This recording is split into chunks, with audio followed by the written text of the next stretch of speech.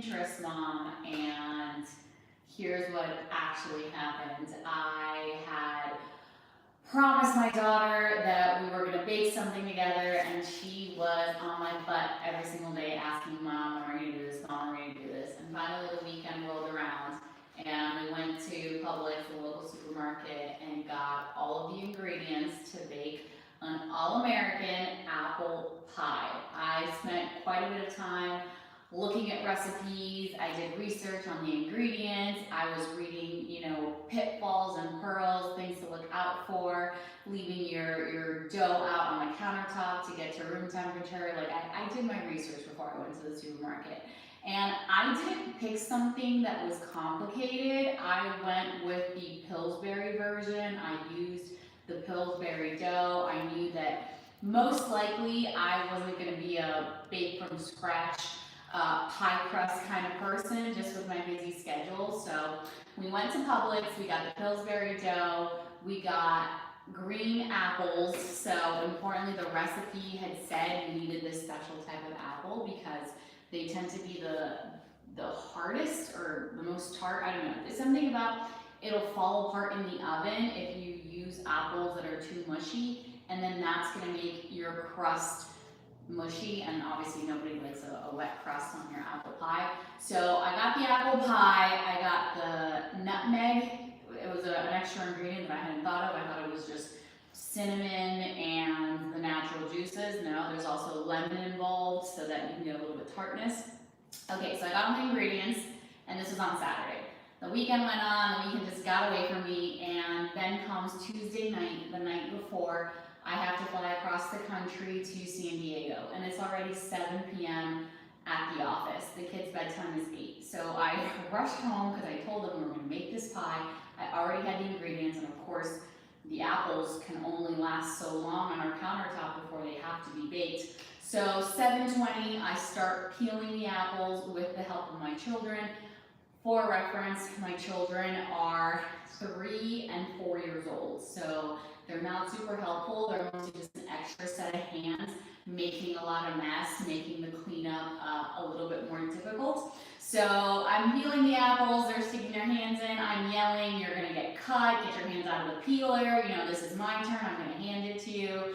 I'm de-seeding these apples, there's a lot going on. You have to cut them. I thought it was chunks of apple. No, these are very thin slices so that it gets, cooked through in the amount of time it needs to be.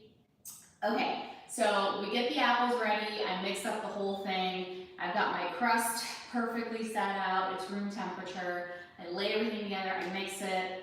I remember that our oven has been broken for probably 3 months now, so we're an air fryer / toaster oven family. And don't feel bad for me, but I do have 2 toaster ovens. We have one in the outside kitchen and one in the indoor kitchen.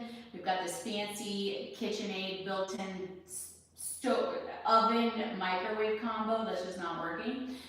So this kind of changes how you can bake things, because since it's smaller, the heat is just concentrated more. So anything that's pastry, anything that's bread, pretty much always burns. So I had to adjust the settings of the temperature, the time. I was watching my pie like a hawk. The recipe said, do the first 10 minutes so you can crisp the crust, and then take it out, put aluminum foil on it, and then stick it back in for another 30 minutes. Well, after those 10 minutes, your pie is kind of hot already, and it's very hard with your little hot hands to now put aluminum foil on the outside. Plus my kids are right there next to me, like trying to stick their hands in this hot thing. Anyway, I successfully kind of mangled it on. I did it differently than what the recipe said. I actually just cut a hole in the middle and threw it on top.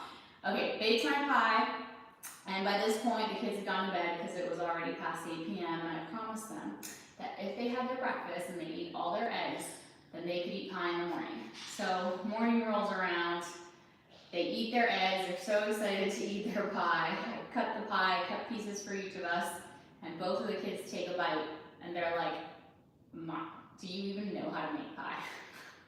They were like, this is disgusting. And I tasted it. It was the most tart apple pie.